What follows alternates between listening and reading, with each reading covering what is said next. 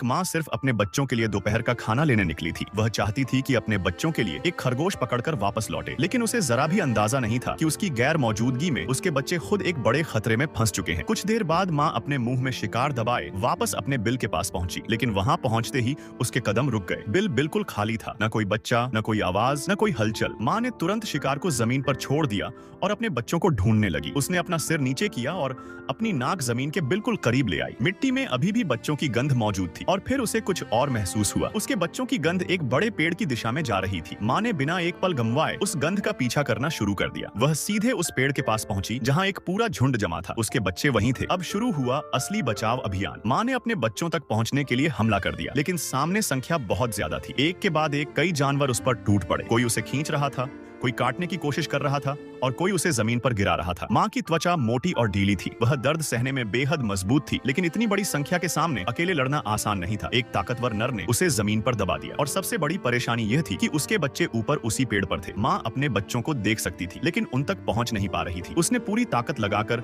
खुद को छुड़ाया और दोबारा आगे बढ़ी, लेकिन फिर से पूरा झुंड उस पर टूट पड़ा। अब माँ समझ चुकी थी कि सिर्फ ताकत के भरोसे वह अपने बच्चों को नहीं बचा सकती। उसे कोई दूसरा रास्ता निकालना होगा। तभी उसकी नजर एक छोटी सी मधुमक्खी पर पड़ी और उसी पल उसके दिमाग में एक खतरनाक योजना आई। वह झुंड की तरफ जाने के बजाय मधुमक्खी के पीछे चल पड़ी। कुछ दूर जाकर उसे मधुमक्खियों का छत्ता दिखाई दिया। उसने जमीन खोदना शुरू कर दिया, लेकिन उसे शहद नहीं चाहिए था। उसे चाहिए था मधुमक्खियों का गुस्सा। जैसे ही उसका पंजा छत्ते तक पहुंचा, पूरा झुंड भड़क उठा। सैकड़ों मधुमक्खियां बाहर निकल आईं और उस पर टूट पड़ी। चारों तरफ सिर्फ भिन्न भिनाहट और डंक ही डंक थे। माँ दर्द से परेशान थी, लेकिन उसने हार नहीं मानी। उसका शरीर कई डंक सह सकता था, लेकिन इतनी सारी मधुमक्खियों का हमला किसी के लिए भी आसान नहीं था। फिर भी वह भागी नहीं। वह मधुमक्खियों के उस पूरे झुंड को अपने पीछे लेकर उसी पेड़ की तरफ दौड़ पड़ी। अब कहानी पूरी तरह बदल चुकी थी। जिस झुंड ने कुछ देर पहले उसे घेर रखा था, अब वही खुद बचने के लिए इधर उधर भाग रहा था। मधुमक्खियों ने पूरे इलाके में अफरा तफरी मचा दी। कोई पेड़ से नीचे गिर रहा था, कोई भाग रहा था। किसी को समझ नहीं आ रहा था कि अचानक हुआ क्या है, और माँ इसी मौके का इंतजार कर रही थी। जैसे ही सभी का ध्यान भटक गया, वह तेजी से पेड़ पर चढ़ी। उसने अपने बच्चों को ढूंढ लिया। एक पल की भी देरी किए बिना